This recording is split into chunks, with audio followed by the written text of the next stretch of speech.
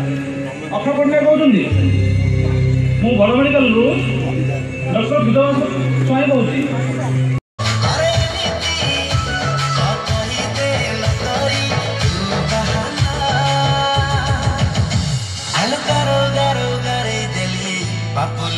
समाजर जाग्रत प्रहरी भावे कार्य करुथिबा सांबादिक मानक पई गोटिए दिन जातीय प्रेस दिवस भावे समग्र भारतवर्ष रे महा समारोह रे पालन होइथिबा बेले भंजनगर अग्रणी पंजीकृत सांबादिक संघ कवि सम्राट मीडिया क्लब द्वारा जातीय प्रेस दिवस भंजनगर जेल पड़िया ठारे पालन होई जाइछि।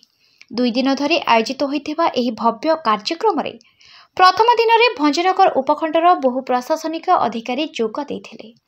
सम्मानित अतिथि भावे भंजनगर उपजिलापाल अनिल कुमार सेठी, तहसीलदार उमाशंकर बेहेरा, उपखंड सूचना लोकसंपर्क अधिकारी गौरीशंकर शतपथी जोग देथिले।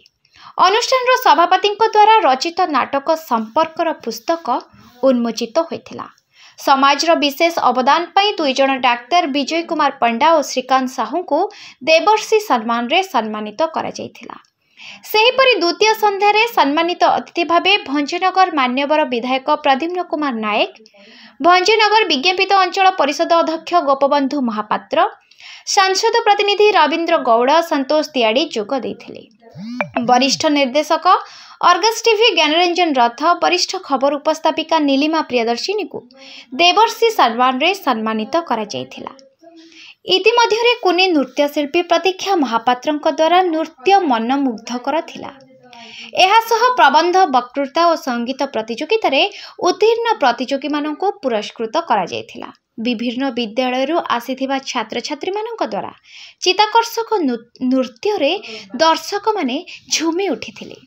परिशेष रे भंजनगर कवि सम्राट मीडिया क्लब सभापति द्वारा रचित और सांबादिक मानक द्वारा अभिनीत नाटक संपर्क परिवेषण होइथिला।